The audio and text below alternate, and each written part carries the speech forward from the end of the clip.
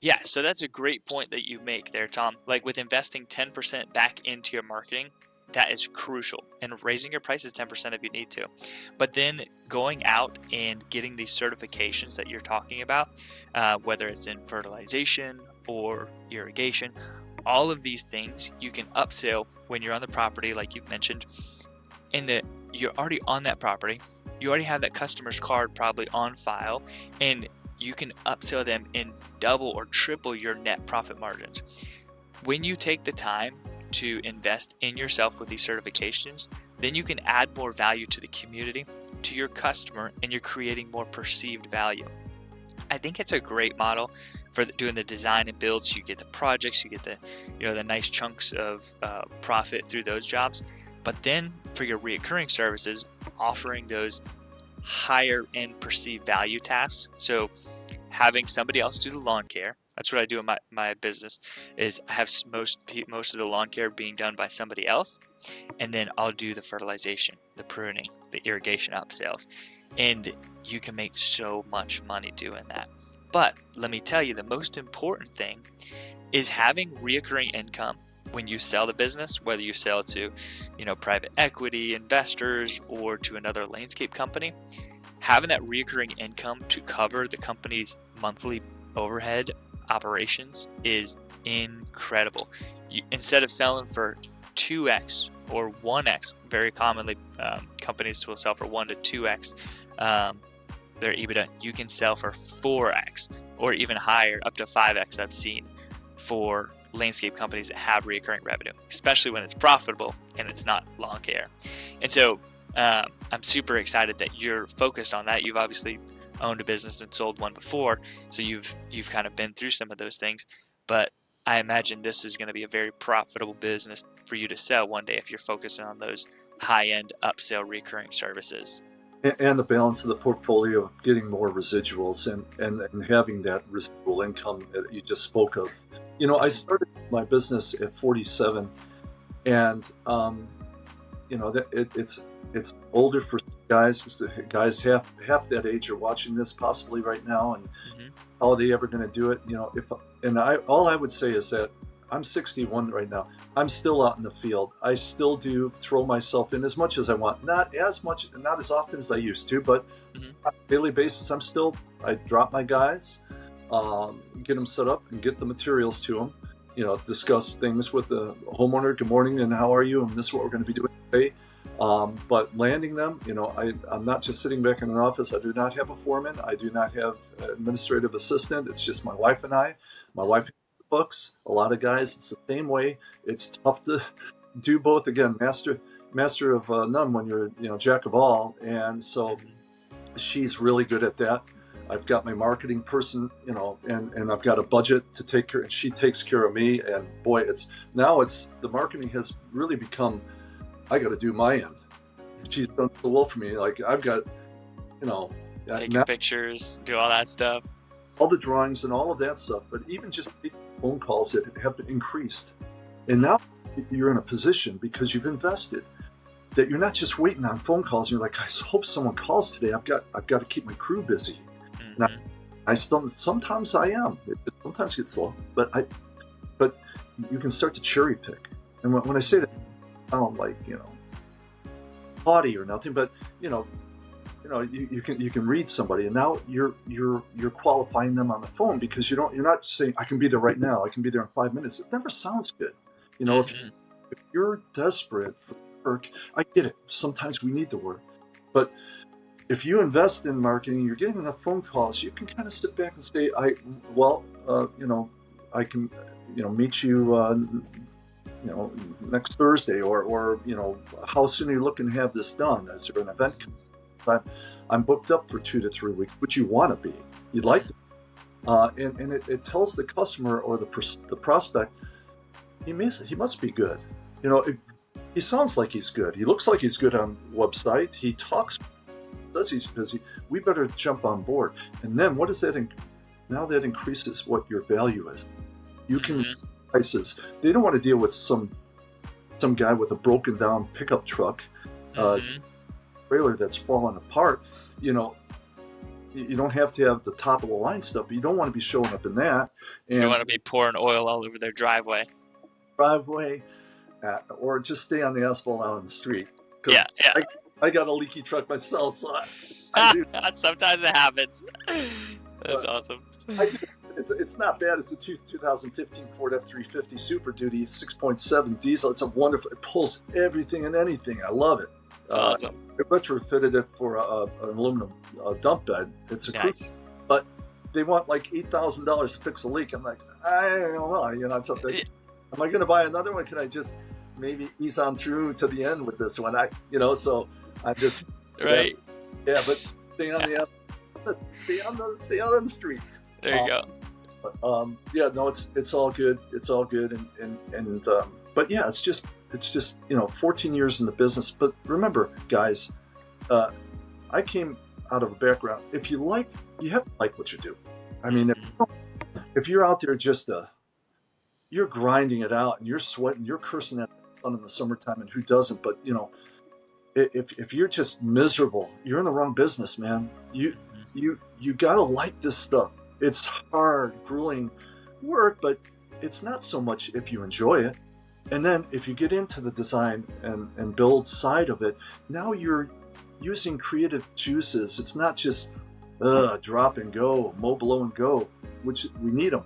And if that's focus on, that's wonderful. But if you want to get out of that box a little bit and open up your opportunities and just like use creativity, that's the most I enjoy about it, is creating design that works. We can touch upon a little bit about the sustainable side of it. Yeah, I'd love to. I won't delve into it very deep, but sustainability, it's a real catchphrase. I think it probably was back in 2012. I'm like, what a great name, Landscapes. I grabbed it and I ran with it, but I'm like, well, okay, what does that mean? Well, I better learn a little bit more about it, Yeah. But ideally, most folks are not tree huggers and plant whisperers. Most of them. There's outliers out there that, it's a little kind of like they really go way out there, and it's almost like they could teach me some things on stuff like I don't know about. Right. Most folks just want low maintenance. They want sustainability, don't want to have to work much, And what does that mean? Do you have to use all Florida native plants? Boring. It's like... Right, boring is right. Folks just that's all they want. I just want Florida natives. Well, I'll work with you on that. Okay. And most of the time they direct me, to what they want, because they're searching for things. But most folks want that low maintenance stuff. And what you can give them is Florida friendly landscapes. Now, there's 3 types of plants. There's Florida natives.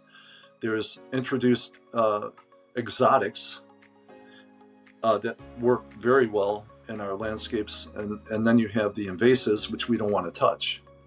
But as long as you go back to certifications, your plants. You don't want to plant that. That'll get away from you there. Yeah.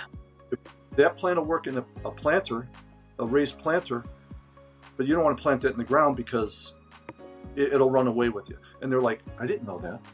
And so I'm like, so now you're building not knowledge. They see knowledge in you, and whatever. But that's getting back to that. But the sustainability side of it is, incorporating beautiful plants that don't have to be boring. And you can change it up. Junipers can work with crotons. The thing is, we get into that, but people aesthetically, they want a beautiful garden. They love to pull up to their house, curbside appeal, but low maintenance, and you can get away with that. A lot of folks, they want to go with rock. It's more expensive to put it down. You don't have to replace it as long as you put down the commercial grade weak prevention fabric around the plants, and something that doesn't require a lot. Most folks have a sprinkler system. If not, they have a hose. And if all they're relying upon is upon a hose, then you have to be a little more careful about it. But most customers, they call up, and the first thing I hear is low maintenance. And what does that mean? It just means that they don't want to have to deal with it, because most of their garden services that are probably maintaining their houses don't know how to trim or how to recognize an aphid from a mealybug and don't even spray for it, or they spray it and they overspray it, or whatever it is. So if that's what I focus on. But a lot of the time, with the intention, if it's, again, you get to know your customer that you're doing an install for, and at the end of the install, you'll know if you want to keep them. Yeah, exactly. You'll Don't know. offer the maintenance program until after. Right. Yeah, you know what I'm saying? So like, oh, I can deal with this customer, and it's not like you're going to take advantage, but right. A lot of times up front they'll say, well, who's going to take care of this? After you leave, and pull away in your truck and wave goodbye, and so if they want to keep you, they're going to be on their best behavior, because yes, exactly. They know that there's going to be an ongoing relationship and partnership. And most folks are good, It's don't do I may not be a good match for everybody. I know I'm not. Nobody is. Yeah. So it's a match, but with the intent that you're not done yet. You haven't done an install, but you've built a relationship with them. Maybe all they need is mulch next November or December for the holidays coming. I do really well on finding niches or seasonal things like spring plant beds, pre-holiday mulch sale. Right. You get good prices on mulch by the pallet, of course you can, and you can make money on mulch. And last year I must have done, I don't know how many pallets. I don't do a whole lot of residual, but I must have done 100 pallets in like a week and a half. Boy, I was like, I've been missing the boat on mulch, because you can make decent money. I mean, you can buy a pallet, a bag of mulch for maybe $2.50, maybe, and you charge $6. When you're laying mulch, and mulch goes down easy. It. Like bang, you're done, and people are so happy, and it looks great, and it looks so good. Yeah. So in any case, that's awesome. Now you did all that numbers with the pallets. Now I have to do math in my head. All right, so $3.50, because I'm always curious. Let's say $3 a bag. I don't know if you want to do the numbers. 100 bags, there's $300, right? You're out. You paid out $300, but you're charging, I don't know, $6. So it's $6. Where are we at now? You would that equates, if I did my math right, about $30,000 in net profit. And if you did 100 pallets, that's amazing. In net profit, that's after or something in there. I don't know if I did the math right, but either way, that's some money in mulch, and that sounds awesome, because that's easy, right? It's not, we don't have to talk to the customer, design the plans, do this. It's like, hey, here's XYZ. Put down mulch where it is existing, make it look nice, make it look even. 100 pallets, go boys, and do it. You don't have to prepare the area; it's already probably prepared. Right. You just go at it, have at it. Mm-hmm. That's awesome. That's awesome. And a good way to get in front of that, I think that people, and maybe you could use this tactic, and I've done it in my business, is do pre-order sales, as far as like doing it twice a year. So one in November, right after the rainy season's kind of ended and the mulch is washed out. Hey, get ready for the holiday season, pre-order your bags of mulch, and raise your prices to $7 a bag, and hey, you get 50 cents off per bag, and then if you pre-order, and then boom, get that pre-order cash a month before it even happens, and just watch your sales skyrocket. But those are email ideas where you can do pre-order stuff to not only get those customers locked in, so they don't end up doing it themselves or hiring just the lawnmower guy to do it, and they can count on that each year. You can say, hey, have an option. Would you like to get on the schedule to have this done each year? Because we only have, during this season, mulching season, we can only take on so many customers. So do you want to be one of our locked in?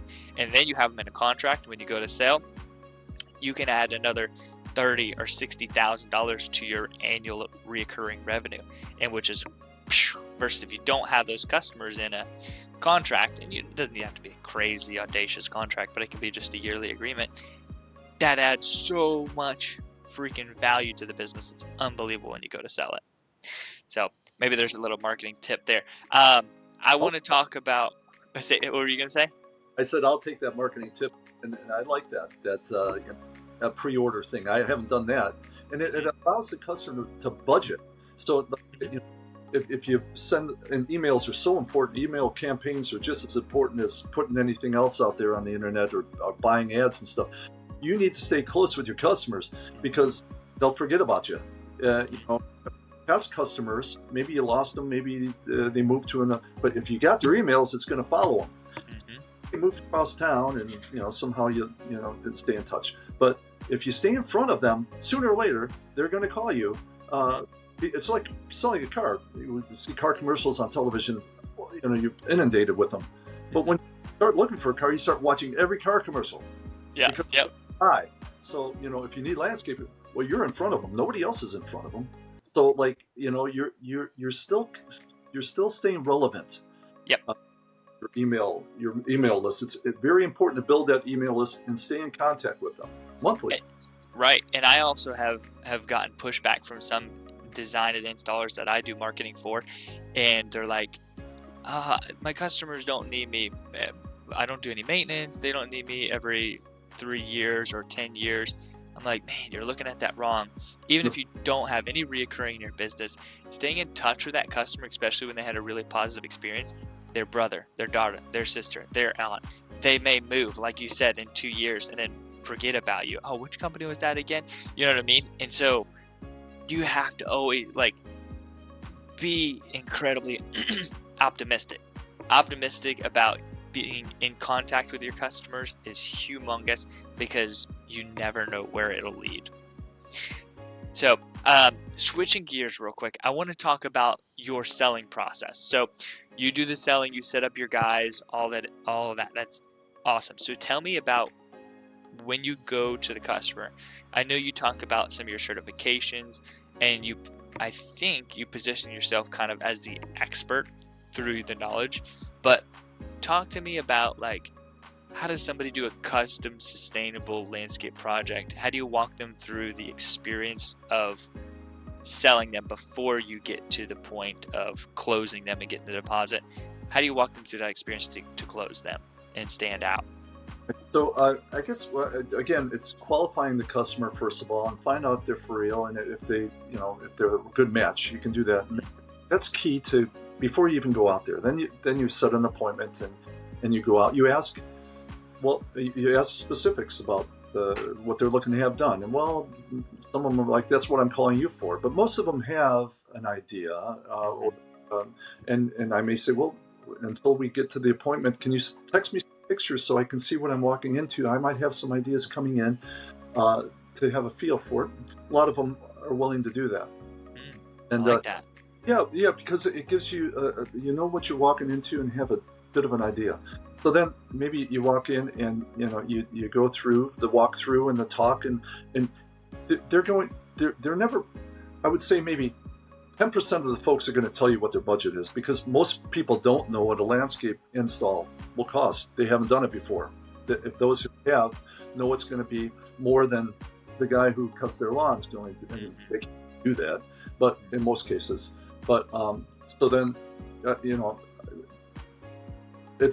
you can ask what their budget is over the phone, but it's not a good idea. You get out there, put in your due diligence, go out there and introduce yourself, sell them. They get them. You find out if we're a good match, and build then some trust and rapport as well. And talk it and find out if I know what I'm talking about, and if they feel I'm a good match for them, and we talked it all out. You want this here, or you want to remove that? And, okay, it sounds like now I can formulate a generalized budget. You're going to be between, I don't know, maybe 7,000 and 10,000. Give yourself a range so you don't stick yourself. But you're like, that's just an estimate. But based on what we talked about here, is that within your range? Is that what you were thinking about? Well, we only wanted to spend really $5,000 tops. Well, we could do mulch instead of stone. We could reduce the size of the container plants. You know, they're going to grow to full size, or you know, they'll get there if you're willing to, patience. Most of the time they have patience because they don't have dollars, right? So Yeah. Yep. right? So Yeah. you stay within that. But now you've got a budget to work with. Now my next thing is to say, well, this is how I work. Now this is where I had a hard time when I was first starting out. It's hard to ask for money up front for a design when you don't have the confidence to do it. You want to, let me give them the design and hopefully they'll like it. And, you know, I'll put my best foot forward, and it never worked. And I found out very early. I gave away designs. One guy took my design. I didn't want to give him the design. I had a funny feeling about this fella. Yeah. I said, well, let me go in and show my wife something. Because I had said, well, I was charging for the design. And I said, well, that's going to be $450, but it's put it back in full with installation. That's a key thing here. I know your budget. I'm going to stay within. I'm going to build it for you, and you know, it's yours. You can hold on to it. If you have to shelf it, you paid for my time. You can hire someone else to do it. But if you hire me to do the installation, the first line item on the estimate is design fee credit in full with installation. You have to, I mean, who wouldn't go for that unless they're not serious? But this fella, he took the design inside and said he was going to show his wife. And I walked around to look at an area here that needed to be addressed. I want to have a closer look. And he's in there using his photocopier and making a photocopy of it. Unreal. But it taught me never hand the design to anybody before collecting money. That was a learning lesson, and a great lesson, and you know, I laugh about it. I laugh about it because it's like people go to all kind of ways. But so whether or not he used that, you know, that's why I say, you know, you can get mad at the customer, say they're idiot, you know, like, you know, it was their fault. You're going to learn something from every single customer. So. Yeah. Oh yeah, that's incredible. That I love your mindset about that. You can either get mad at the customer and put all the accountability on them, or because customers are gonna be customers, or you can take the internal accountability and be like, all right, now I have a standard operating procedure. This is how I operate, and this is when I push back. Because especially as you're talking about confidence, my coach told me this once: if you are able to push back a little bit when they push back, and it shows respect. It shows that confidence, and they gain a new respect from you. So like when they give you a little pushback and you push back gently and respectfully, it says, hey, I have authority. I have, you know, and it gives you a lot of confidence. So it's really incredible. And having those experiences and learning how to take that all on your shoulders and operate in a different way is a really great mindset, because I think so many people like to operate, oh, I'm a victim or whatever. And so I love your perspective on that. Another thing, you said so much good stuff. I'm going to circle back here on a couple of them. I call this dropping the anchor. When I teach my sales guys in my landscape company, is we are not going to have this great meeting, have rapport built, and then say, great, I'm going to send you an estimate. What? We're flying blind. We need to have an open conversation before we go spend 1 to 2 hours maybe doing a mock design or writing up this big lengthy proposal with so much detail and information. We need to drop the anchor. Hey, this looks like a $20,000 to $30,000 project based off of what we talked about and including everything that you're wanting. Is that what you're willing to spend? Oh my gosh, I have $3,000. Okay, so we need to scale back the project. Let's do this first project here, and I can do that for X. Are you willing to invest that there? And that just saved hours and hours of time, frustrating communication. Because if they just got a $30,000 estimate, they're going to say, oh, that company's a ripoff, whatever. And then you tarnish your name. And so being able to drop that anchor, and it's our job as contractors to guide these customers, because they don't know a lot of times they genuinely don't know. And so when you're able to be their guide, that is really important, Because otherwise, a lot of times what happens when we don't do a good enough job of being their guide is they'll end up just choosing the lawn guy because the lawn guy was $5,000 cheaper. But then they have to replace that whole project that they spent thousands of dollars on a couple times and spend way more than they would have by hiring the professional, just because they're like, oh, okay, this was cheaper, and it makes logical sense to them. But when you're able to be their guide and build and develop a sustainable landscape, then they actually save money on the long term, have less frustration, less headache, and can enjoy it for a longer period of time, and it'll last longer. And so I think that's our calling, and our true job is to be their guide on that process. And it sounds like you've done an incredible job of that. Remember, and just adding to that, and that's all wonderful stuff. And adding to that, sometimes I have to remind myself too at times, but in the past when I was first starting out, it was like, oh, I hope they give me the job. I'm going to go in there and kind of like intimidated by whatever, just I'll do whatever I can get to get the job. But remember, the customer is calling you because of a problem. Right. They're a solution. And if you're the resource to provide the solution, you're coming there to fix a problem. You're a fixer, you're the fixer. So, they might have had a bad experience or two with a couple guys who came in before you, and they're like, oh, just another, I got to get 3 estimates, but that's based on the other 2, and you come in there with confidence and knowledge and capabilities, and listening. Listening is so important to customer. I'm just, instead of saying this is what I would do, find out what they want, find out what their problems are, and how can we find a solution to this? How can we make it right as efficiently as possible, economically as possible, always in the works. But all of a sudden they start, I want to be able to say when they close the door, they say, he I like him. He seems like he knows what he's talking about. And and you've got a shot. That's where the confidence comes in, but that comes with age and experience. Honesty and integrity, probably paramount in here. Don't feel like, just because you didn't bid it right, maybe you didn't bid it right and you're not going to make any money on the job. Hopefully it's not a huge one. You have to give them as much as if you're making $5,000 on a job over 2 days. I don't know. You can sleep well at night. Knowing that you did your best, and remember, that customer is going to tell somebody else, they're going to call you back because they felt like you gave them a square deal. Mm-hmm. These days, it's everybody is on edge. There's so many scammers out there. Do I give him a deposit? I don't know. Are we going to lay off $5,000 on $10,000 job? The 50% deposits is what he wants. Is what I get. Right. Absolutely.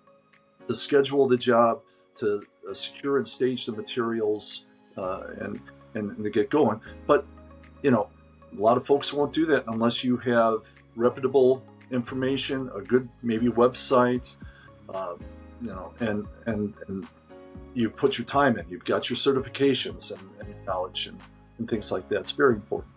Absolutely. So Tom, we got to wrap this up because I got another podcast coming right after you, but I want to talk for a quick second. I help companies do marketing, business development. I know for you already have somebody for your marketing, but what would you tell somebody that is listening and they're on the fence about getting help with their business? What encouragement or advice would you give to them? Well, heck, Bailey, if I had met you earlier, we would have had a conversation, honestly. Yeah, no problem.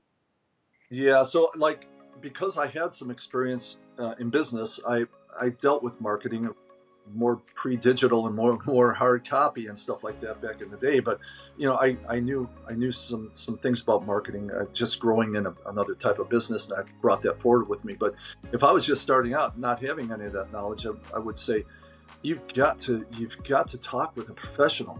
It's so important. And I was doing fine until I wasn't. And very recently, where I was finding I was just not. And I didn't know how social media worked, and I just didn't have the time to learn it, and I didn't want to do it. Right. and it just this ginger fell into my lap here as far as happens, if it's just coincidental that I found this woman, and I'll give her a plug. I don't have her actual. Maybe you can post it or something on the bottom. I don't know, but she's out of Davie here in Florida. But she's just turned it around for me, and I thought I was doing just fine. I have been doing well, but I was missing something, and that was marketing. Marketing is key to your business. And then I don't know what order you would put it. I'd probably say get your certifications while you're working on your marketing, but you should probably be doing both at the same time. Awesome. Thank you so much for that feedback. That is amazing.